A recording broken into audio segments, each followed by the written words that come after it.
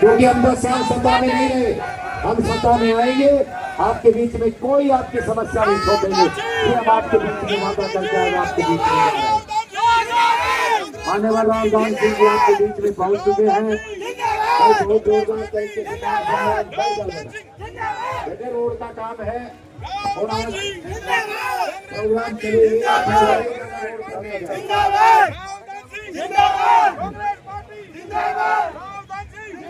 रावदान सिंह जी आपके बीच में उद्घोष जयकारों के साथ आपके नौजवान बच्चे रावदान सिंह जी को हमारे बीच में लेकर के आ रहे हैं। आपके कॉलोनी के गणमान्य व्यक्ति रावदान सिंह जी को फूल मालाएं पहना करके मान सम्मान कर रहे हैं।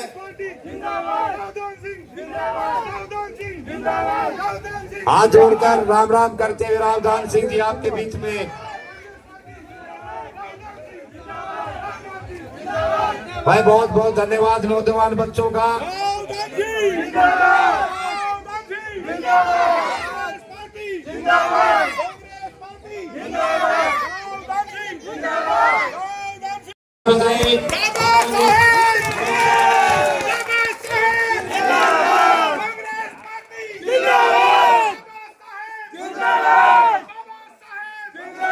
फ्रेंड्स, कैसे आप सभी? मैं Shamsher Kaushik India news point पर आपके समक्ष एक बार फिर से उपस्थित हूँ।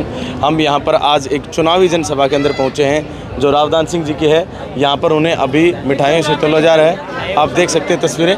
और अभी कार्यक्रम पूरा समाप्त हो चुका है। एक बार वहाँ इधर से दिखाओ भाई। यहाँ अभी रावदान सिंह जी आज पहुँचे थे और ये गाँव जगड़ौली, और यहाँ पर जब ये पहुँचे हैं तो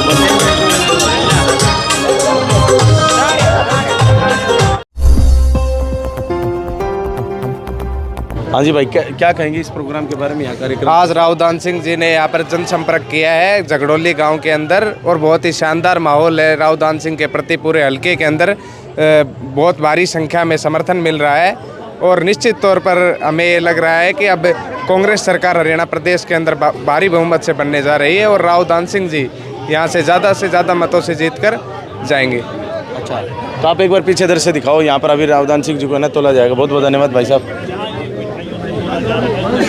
यहाँ मिठाइयों से तोला जा रहा। अभी जो रावदान सिंह जी हैं उन्होंने आज जनसंपर्क अभियान के दौरान यहाँ पर जो है ना संपर्क किया गाँव जगड़ौली के अंदर।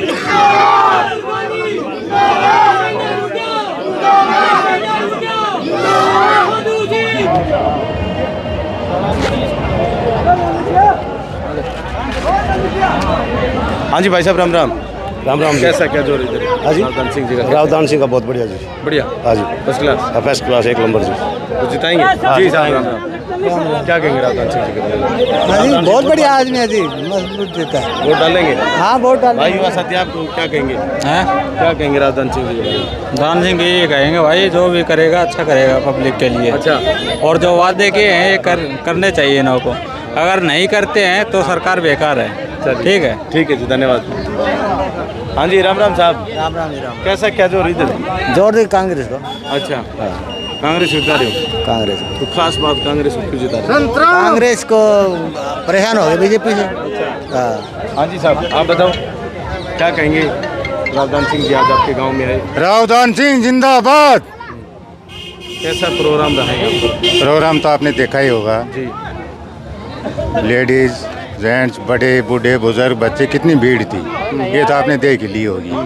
तो इससे स्पष्ट जाहिर होता है कि कांग्रेस सरकार आएगी।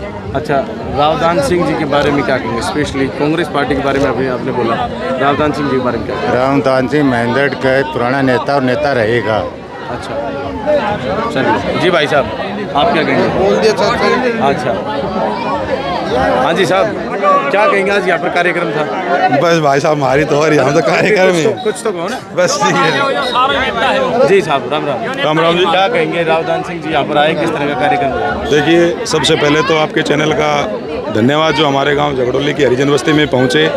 और रावदान सिंह जी की तो वैसे भी यहाँ अच्छी खासी वोट भी हैं, जान पहचान भी है, और कांग्रेस की हरियाणा में लहर है। चौधरी भूपेंद्र सिंह हुड्डा मुख्यमंत्री बनने जा रहे हैं और कांग्रेस पार्टी के विरुद्ध किसी का विचार नहीं है। और दलित समाज का तो मैं ये कहता हूँ कि एक तरफा माहौल है। और दलित समाज हरियाणा में क्या पूरा देश में इन्होंने विपक्ष में इतने मजबूत आगे बैठ गए कि इनकी अल्पमत में सरकार को ला दिया। और अभी आने वाले समय में आप लोग देखना, मीडिया के माध्यम से मैं पब्लिक तक ये संदेश देना चाहता हूँ कि आने वाला जो समय है कांग्रेस पार्टी का है। राहुल गांधी जी, खड़गे जी, सोनिया गांधी जी, दीपेंद्र हुड्डा जी, दीपक बाबरिया जी, तमाम हमारे पार्टी के पदाधिकारी, उच्च पदाधिकारी हैं, वो कांग्रेस की, दलित समाज की, सभी वर्गों की मुहिम को लेके चल रहे हैं। और आप देख सकते हो ये लहर ही आपको दिखा देगी। मैं मीडिया वालों से भाई से रिक्वेस्ट करूंगा कि दिखाओ, ये भीड़ ही आपको जाहिर कर देगी कि आने वाला जो हमारा समय है वो हरियाणा में तो कांग्रेस बननी ही बननी है, वो तय है। और हमारे चौधरी भूपेंद्र सिंह हुड्डा जी मुख्यमंत्री बनने जा रहे हैं। और राव दान सिंह जी की तो एक ऐसी छवि है, बेदाग छवि, इनकी तो कहें उतना कम है, बहुत बेदाग। लेकिन लोग विपक्ष कहते हैं, इन पर आरोप लगाते हैं। देखो, विपक्ष का तो काम है आरोप लगाना। अगर आरोप नहीं लगाएंगे तो सत्ता में कैसे आएंगे वो लोग। लेकिन उनके आरोपों से कांग्रेस घबरानी नहीं है, राव दान सिंह घबराने नहीं है। इनका अच्छा खासा अपना लोगों का प्रति प्यार प्रेम है और प्यार प्रेम ही इनको आगे बढ़ा रहा है। गांव झगड़ोली में क्या रहेगा? गांव झगड़ोली में हमने भी 279 में से हम यहाँ बूथ पे मैं मौजूद था, 251 वोट मैंने यहाँ हमने सब मिलके पोल कराए। और मैं धन्यवाद करूँगा हमारी झगड़ोली हरिजन बस्ती का, जिन्होंने मेरा हम सबका साथ दिया।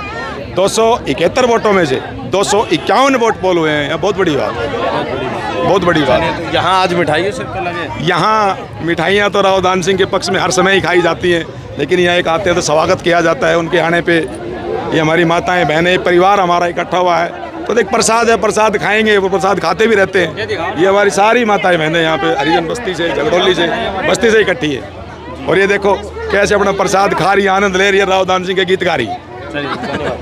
तो यहाँ पर हम आज पहुँचे थे गांव झगड़ोली के अंदर, और गांव झगड़ोली के अंदर पहुँचे थे राव दान सिंह जी।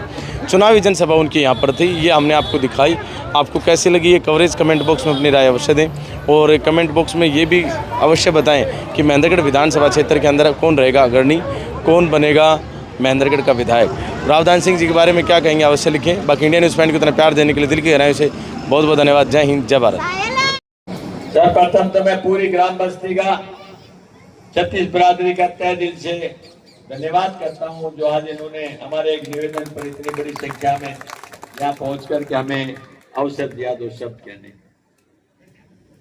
सम्मानित दोस्तों और बुजुर्गों, आप सब समझते हैं कि आने वाली 5 तारीख को हरियाणा विधानसभा के चुनाव होने जा रहे हैं।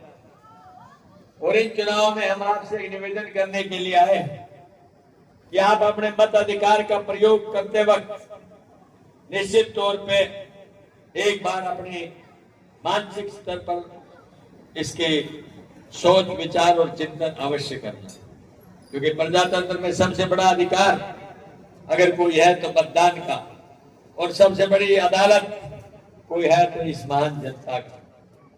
एक गलती सदियों तक जाके पूरी नहीं हो पाती, इसलिए कहा जाता है कि लम्हों की गलती को सदियों ने भोगा है। मुझे पूरा विश्वास है कि हमारे हरियाणा का मतदाता और खास तौर पे मेरे अजीज और मेरे बुजुर्ग झगड़ोली के मतदाता इस बात के महत्व को अच्छी तरह समझते हैं कि कौन डिजर्व करता है, कौन नहीं करता है, कौन सरकार आनी चाहिए, कौन नहीं आनी चाहिए। अनेकों सरकारें आई चली गई, कुर्सियां बदलती रही, नेता बदलते रहे, चुनाव आए और समापन हो गए।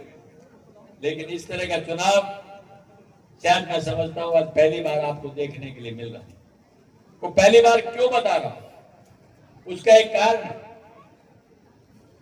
कि 2014 से पहले भारतीय जनता पार्टी कभी भी स्पष्ट बहुमत में नहीं आई, और वो हमेशा किसी भी सरकार में आई तो उसके अंदर सिर्फ अलायंस पार्टनर के तौर पे आई। उनको लोगों ने उनके कार्य प्रणाली से एसेस नहीं किया। वो सोचते रहे कि एक व्यापारी वर्ग के शुभचिंतक है, वो सोचते रहे कि इनको मौका कभी मिलेगा तो पता लगेगा। फिर वो समय आया 2014 का, जब लोगों ने स्पष्ट बहुमत दे करके और कांग्रेस के मुकाबले में इनको बहुमत दिया। लोगों की सोच थी कि सालों साल से आप कांग्रेस को वोट देते आए हैं, अब की बार एक नई पार्टी को वोट दे के देखते हैं, शायद हो सकता है कांग्रेस से भी बेहतर करते।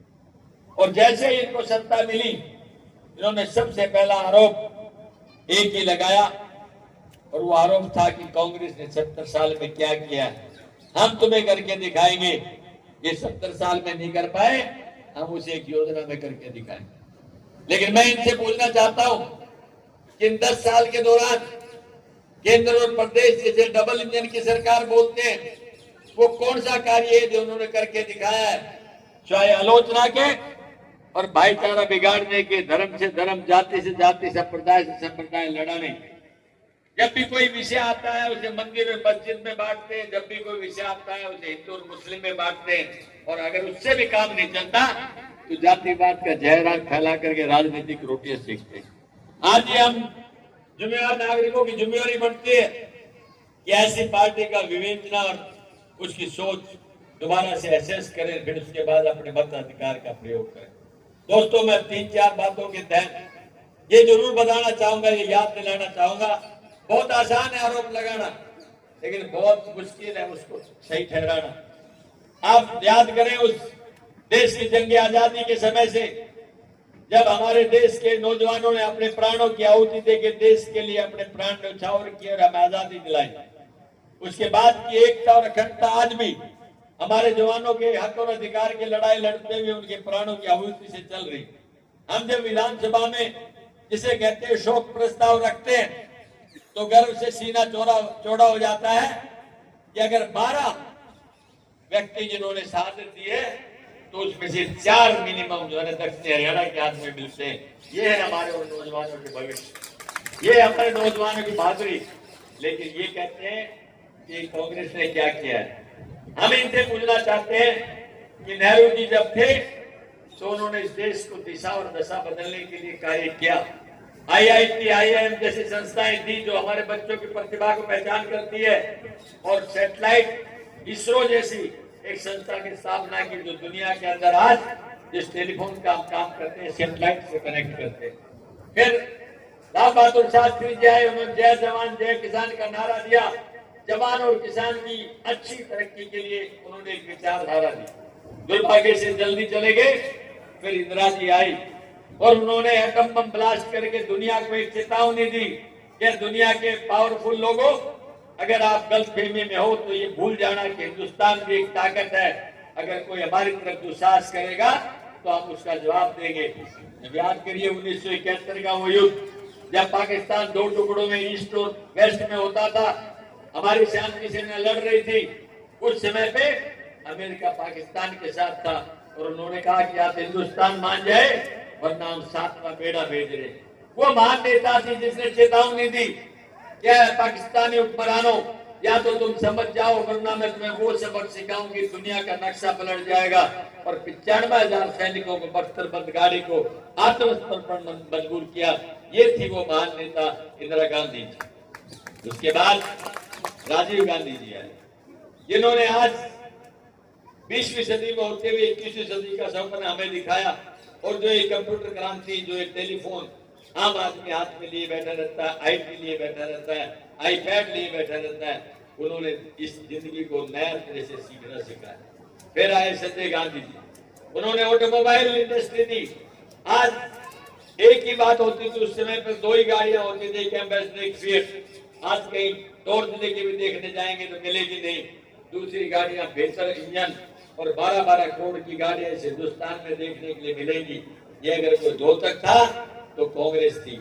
और लास्ट में एक ऐसा व्यक्ति जिसने ये एहसास करा दिया कि कोई व्यक्ति अगर सही तरीके से प्रयास करे तो कुछ भी संभव हो सकता है। उसका नाम था APJ अब्दुल कलाम, जिसके घर में 2 की रोटी बड़ी मुश्किल से मिलती थी। उसके घर के अंदर लाइट नहीं थी, वो गरीबी के आलम में जीता था। स्ट्रीट लाइट में पढ़ करके उस आदमी ने वहां कामयाबी हासिल की। हिंदुस्तान जो दुनिया का सबसे बड़ा प्रजातंत्र है, उसमें 1 नंबर सिटीजन राष्ट्रपति बना और मिसाइल का इजाद करके मिसाइल मैन के नाम से ताकत हिंदुस्तान को दी। ये नाम था APJ अब्दुल कलाम का। क्या इनमें से एक भी ऐसी चीज है जिसे भारतीय जनता पार्टी ये कह सकती है कि इनमें सच्चाई और सत्य नहीं है? मैं उनसे पूछना चाहता हूँ कि हमने तो 70 साल में जो किया हमने बताया, तुम मुझे बताइए 10 साल में क्या किया है। आपने बिना वजह के नोटबंदी दी, आपने बिना वजह के जीएसटी दी, आपने बिना वजह के भाईचारा बिगाड़ा, आपने बिना वजह के बेरोजगारी और झूठ का आलम दिया। याद करो वो दिन जब इन्होंने कहा था कि 2 करोड़ लोगों को रोजगार सालाना देंगे, अच्छे दिन लेके आएंगे, 15 लाख खाते में जमा कराएंगे, कानून व्यवस्था ठीक करेंगे और आपका विकास और तरक्की करके दिखाएंगे।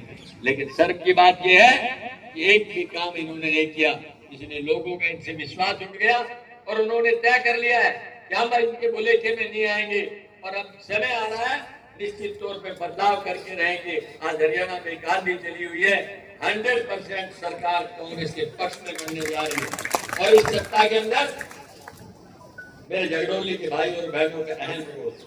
जितनी ताकत से आप हिम्मत हौसला दिखाएंगे, मदद करेंगे, उससे भी ज्यादा ताकत से आपके पास ताकत बढ़ करके इस सरकार की शक्ति आएगी। मैंने सुनाई आपसे कह सकता हूँ। कुछ बातें हमारे घोषणा पत्र के माध्यम से हमने रखी है, जिसके माध्यम से कुछ बातें मैं आपको बताना चाहता हूँ कि हमने तय किया है कि हमारी सरकार आएगी तो भाजपा ने झूठ बोला कि हम 3100 ओल्ड एज पेंशन देंगे, वो अब तक 3000 दे पाए, वो भी 5वें साल में वादा उनका था पहले दे। कांग्रेस ये कहती है कि हमारा राज आते ही हम 6000 रुपए हमारे बुजुर्ग को पेंशन देंगे, दोनों बुजुर्ग के 12000 हो जाएंगे।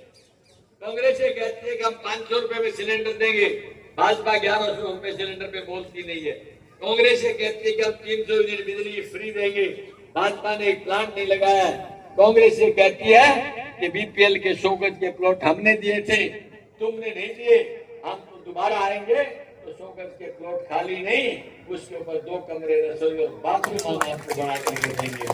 और भाई कोई हमारी बहन विधवा है तो उसको 6000 पेंशन देंगे, कोई भाई विकलांग है तो उसको हम 6000 रुपए देंगे। और हमारी कोई बहन ऐसा है जिसके पास कोई साधन नहीं है, वो 18 साल से 40 साल के बीच की उम्र की है, जिसकी शादी भी नहीं हुई है, तो उसकी आजीविका के लिए 2000 रुपए पर मंथ देंगे ताकि वो अपने जीवन को सही बना सके। और लास्ट में एक बात और, हमारी बीमारी किसी छूटती नहीं है, भगवान न करे कभी जरूरत पड़े, लेकिन एक भाई जो गरीब है अगर वो किसी बड़ी बीमारी से ग्रस्त है, जब हॉस्पिटल जाता है तो डॉक्टर कहते हैं कि आपको तो बहुत बड़ी बीमारी है, इसके लिए इलाज करना बहुत बड़ा है और आपको लाखों रुपए खर्च होंगे, वो मायूस होकर घर आ जाता है, यानी सालांतर रोता है, ये ईश्वर मेरे पास आज धन नहीं है, इसलिए मैं वक्त से पहले इन लोगों को अलविदा कह के जा रहा हूँ। लेकिन कांग्रेस ने कहा है कि आपको अलविदा कहने की जरूरत नहीं है, हम भरसक प्रयास करेंगे कि आपकी मदद हो। 25 लाख रुपए तक का इलाज कांग्रेस पार्टी की सत्ता के अंदर आपका कराएंगे। और भाई लास्ट में एक बात कह के समर्पण करूंगा, और वो बात ये है कि हम IT से बड़े परेशान, वो कहते हैं PPP यानी प्राइवेट पर्सनल प्रॉपर्टी जो बात आती है, परिवार पहचान पत्र, हम ये कहते हैं ये है परमानेंट परेशानी पत्र, इसे किसी का फायदा नहीं। इन लोगों ने यूज किया है राशन कार्ड काटने के लिए, इन्होंने यूज किया है अपनी गरीबी रेखा के नीचे जो बीपीएल कार्ड थे उनको काटने के लिए, ताकि इनको उनकी संबंध में जो भी इनकी फायदे हैं वो ना दे सके। भाई कांग्रेस जिस दिन सत्ता में आएगी सबसे पहले काम से जो फैमिली आईडी उसको काट दिया जाएगा और नॉर्मल रूट से सही इंक्वायरी करके सही आदमी को सही अधिकार दिया जाएगा। ये मैं आपसे कहना चाहता हूँ, इसलिए मैं आपसे ज्यादा कुछ नहीं कहूंगा। 1-2 बातें और है जो मैं आपसे कहना चाहता हूँ। एक तो भाई हमारे जिले की बात आई, जिले का नाम महेंद्रगढ़ हेडक्वार्टर है नाम। तो भाई हमारी एक मांग है, जैसे सत्ता आएगी तो हमारे साथ एक बहुत लंबे समय से मांग चली आ रही है कि जिले का नाम महेंद्रगढ़ हेडक्वार्टर है नार रोड। पूरा प्रयास रहेगा कि सारी नीचे की प्रक्रियाएं पूरी करके महेंद्रगढ़, सत्तारी और करीना एक जिला और अटेली नागौर और नागौर एक जिला, 2 जिले हम बनाएं और दोनों भाइयों को बड़े और छोटे की तरह से यहाँ पर फायदा हो, ऐसी हमारी अपेक्षा रहेगी। बेरोजगार युवकों के लिए एक विश्वास है मेरा, सबको सरकारी नौकरी शायद कोई नहीं दे पाएगा, लेकिन नौकरी नहीं तो नौकरी जैसा आजीविका जरूर मिलनी चाहिए। IMT खुदाना बढ़े और उसमें बड़ा उद्योग ला करके या लाखों लोगों को रोजगार मिले, ये अपेक्षा या मांग हम आपको विश्वास के तौर पे बताना चाहते हैं। इन शब्दों के साथ एक बात और मैं कहूँगा कि बहुत से लोग कहते हैं नेताजी भगवान जी बोला आपको वोट तो दे देंगे पर गिनती नहीं होगी। तो भाई मैं एक बात कहना चाहता हूँ, वोट आप मेरे को दे रहे हो, मैं गिनती कर रहा हूँ, हाँ भाई तुमने दिए, तीसरे की सर्टिफिकेट की जरूरत नहीं है आपको। आप सीधे संवाद करें और मैं आपसे सीधा संवाद करूंगा, तीसरे आदमी को बीच में लेने की जरूरत नहीं है। ये मैं आपसे कहना चाहता हूँ। इन शब्दों के साथ पूरे समाज ने मान सम्मान की जो पगड़ी दी है, मैं विश्वास दिलाता हूँ इस पगड़ी के सम्मान को हमेशा ऊंचा करके रखूंगा, कभी नीचे नहीं आने दूंगा। आपसे अपेक्षा करता हूँ कि 5 तारीख को अपनी भूमिका को अहम समझते हुए सही तरीके से निभाना, मैक्सिमम पोलिंग करना, बूथ को मजबूत करना और भारी मतों से जिताना। हाथ का निशान और 2 नंबर पर बटन दबा दबा भर देना। आप सबका बहुत बहुत धन्यवाद। जय हिंद। सभी ग्रामवासियों से निवेदन है, कोई जाए ना, नेताजी को देसी घी के लड्डुओं से तोला जा रहा है, सभी प्रसाद लेके जाए और सभी वही